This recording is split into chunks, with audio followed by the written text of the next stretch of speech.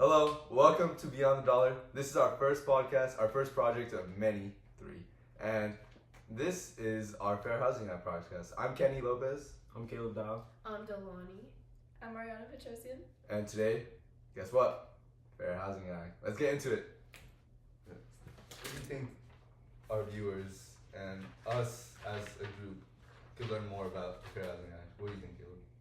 So from what I've researched, that the Fair Housing Act started in 1968, established by Lyndon B. Johnson, and mainly it's what she said, that landlords and housing companies are the ones who discriminate against like race, sexuality, national origin, family status, and like disabilities. When it started with race, that was already the start with the civil rights movement right there. MLK, he was a big activist of the Fair Housing Act, but his life was tragically cut short, so he was never able to fulfill his goal. But Lyndon B. Johnson, he never was able to see it put through in office, so it was led to the next president line, and that's why it always continued. It never got around to being completed all the way done. Even in today's days, it just didn't work out. It's like barely getting through. Yeah, and as it started off with race, it kind of evolved from there.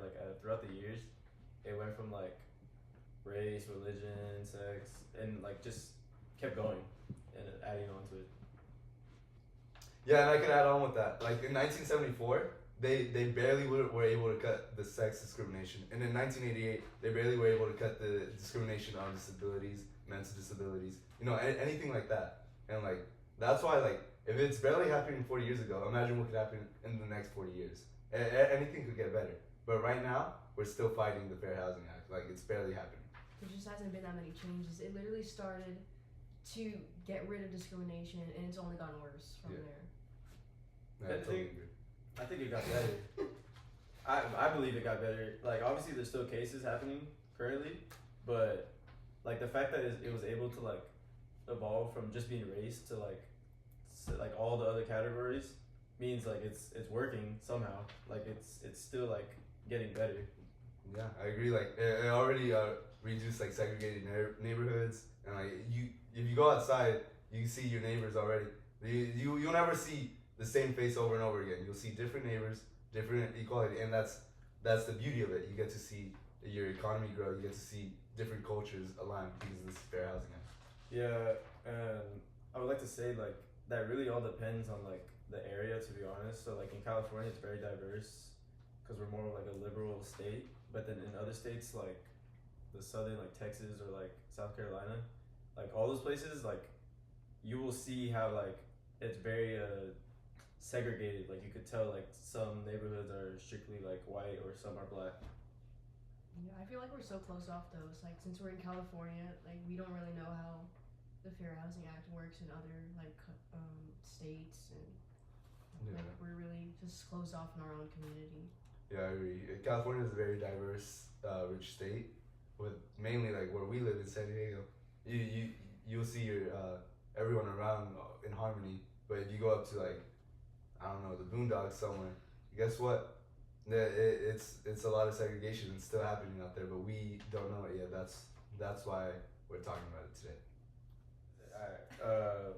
Yeah. So I really wanted to get into the beginning on how it started. So it started off with the Civil Rights Act. The first one, I don't know what date, but it started off with prohibiting discrimination in buildings and schools, and then led to public parks. To the latest one would be the Fair Housing Act. Yeah, and it also improved the access to quality housing, and people that were originally segregated could move to better communities instead of just staying in their lower income and more crime-ridden areas, letting the diversity spread out throughout the country. Yeah, the landlords they would either say that there was no houses available, or they would send them to neighborhoods where they're based off the race, so they would send a lot of African Americans to just strictly one neighborhood, and that's how it started. And then it led on to religion, where religion didn't have that much cases, but it was still going on. Yeah, not only with religion and race, but also sexuality. Women didn't have as many opportunities, and the women who are poor or couldn't afford housing, Good about that because there's still a good amount of cases of religion going on in the United States with the housing acts and how it's still being untreated. Like you'll see more less discrimination going towards Christians and atheists, but God forbid you're not any of those two. They will come down hard on you, and they won't give you the equal or fair treatment that you deserve because you're a United States citizen. Everyone has the right to fair housing. Yeah, and what the act did was like it prohibited religious companies, like religious housing companies, to save houses for specific like people who were part of the same religion. So it got rid of that, and it caused equal fairness for everyone to afford a house. Yeah, you said. You know what? Let's just move on to gender and sexual orientation. You wanna take it from me, Caleb? Yeah. So for the genders, the discrimination, it wasn't very much discriminated. Obviously there was still, but it was mostly female that were being discriminated because usually it'd be a poor female, and the landlords would either use them or how would I say this, Humiliate. Kind of humiliate or sexually assault them just because they can't afford it. And that would lead to a lot of cases that happen, and then that's how it got added onto the Fair Housing Act.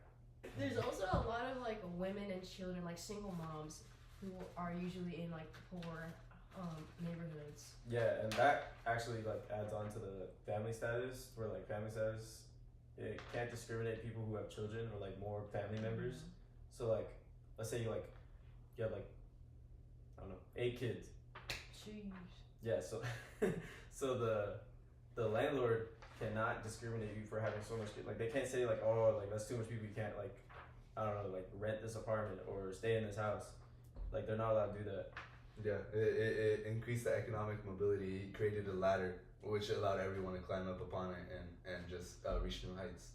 With that economic mobility in the ladder, you could already tell, once you get to a high level, that you'll see less racial discrimination, less religious discrimination, disability. Because it's this country. Let's be real. It's all about who has the most money.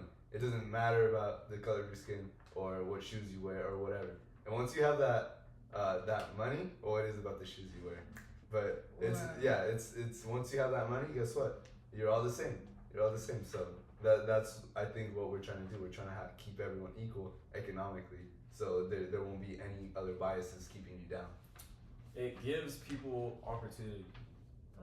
No, I mean, yeah, but, it really does. I'm not explaining it, but it gives opportunity to people to actually start a new life and guess what? This all started in 1968. So imagine that. Imagine all the years before this, or in 1776, none of this was being allowed. So 76. Yeah, 1776, United States of America. Well, yeah. So to go back on that, 68.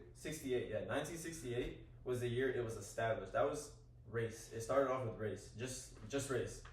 Later on to 1974, it went on to sex discrimination, and then a couple years later, 1988, it went to disabilities and family status.